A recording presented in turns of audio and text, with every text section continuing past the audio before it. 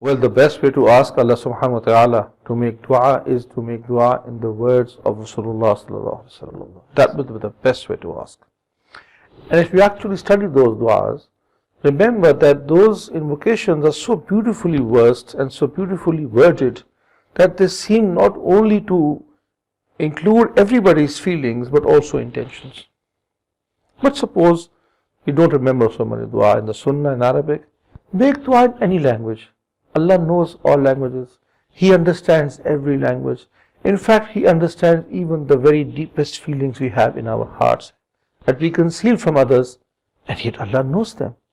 So what the practice should be is, one, learn the dua of Rasulullah sallallahu alaihi wasallam, but two, in the meantime, that temporary, I would call temporary handicap, shouldn't stop you from making dua all the time in every language or any language that you know. Make sure you keep asking for everything. You go to the, for example, the petrol pump, and you get your car refueled. Make dua. May Allah bless us and give barakah in this fuel. You go to the shopkeeper. You know what do you say when you meet your friends and your family, and you say, Assalamu alaikum wa rahmatullahi wa barakatuh. It's a dua.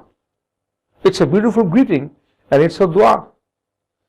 Your shopkeeper, like I said, he hands you some change. Make dua for him. Make Allah give him barakah in his halal income. Even a smile is a sadaqah. Being nice to someone is a sadaqah. Use this time to get into the habit, like I said, for the rest of the year as well. Make dua for everybody you meet, for every situation you encounter. May Allah accept all our duas.